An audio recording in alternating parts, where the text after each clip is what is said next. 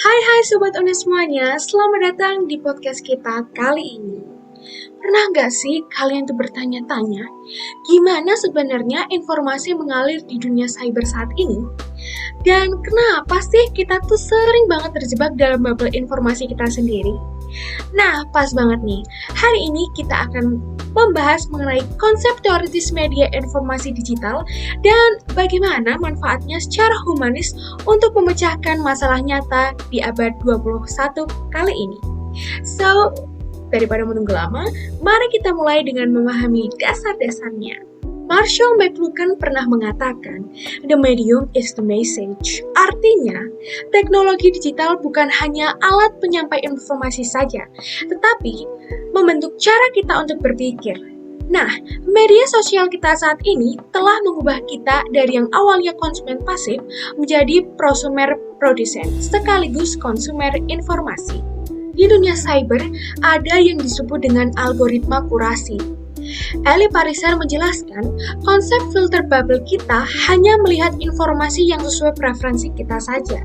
Contohnya seperti media sosial Facebook, Instagram, dan TikTok. Rata-rata semuanya menggunakan algoritma yang mempelajari perilaku kita dan menampilkan konten yang serupa saja. Akibatnya apa? Kita terperangkap dalam echo chamber, di mana pandangan kita terus diperkuat tanpa paparan dari perspektif yang berbeda. Everest Rogers juga menjelaskan bagaimana teknologi diadopsi dalam masyarakat melalui kurva S dari innovators, early adopters, hingga laggards.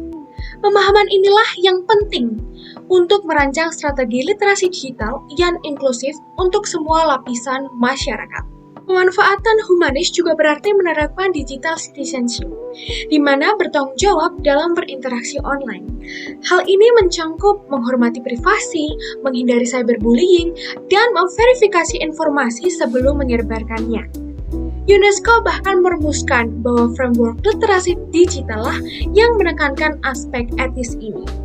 Selain itu, teknologi humanis harus inklusif, artinya memastikan bahwa tidak ada digital divide, alias kesenjangan akses teknologi antara yang kaya dan miskin, kota dan desa, bahkan usia muda dan tua. Masalah terbesar kita saat ini adalah infodemic tsunami, yaitu informasi yang bercampur dengan hoax. Solusi prosedural yang bisa kita terapkan adalah framework shift, yakni stop, jangan langsung share, investigate the source, cek sumbernya, find better coverage, cari liputan lebih kredibel, dan trace claim, lacak klaim aslinya. Untuk mengatasi kecanduan digital saat ini, kita bisa menerapkan metode digital minimalist called Newport, yakni evaluasi teknologi yang benar-benar memberi nilai, hapus yang tidak perlu, dan tetapkan teknologi sobat. Waktu bebas teknologi secara berkala. Dan untuk digital divide, solusinya adalah kebijakan publik berbasis community-driven approach, yakni internet murah atau gratis di area publik, pelatihan literasi digital bertingkat, dan konten lokal dalam bahasa daerah. Jadi Sobat Podcast UNES, teknologi digital adalah pedang bermata dua.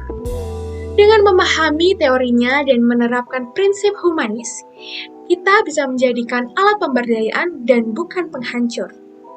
Perlu diingat, teknologi untuk manusia, bukan manusia untuk teknologi. Sampai jumpa di episode podcast selanjutnya. Dadah!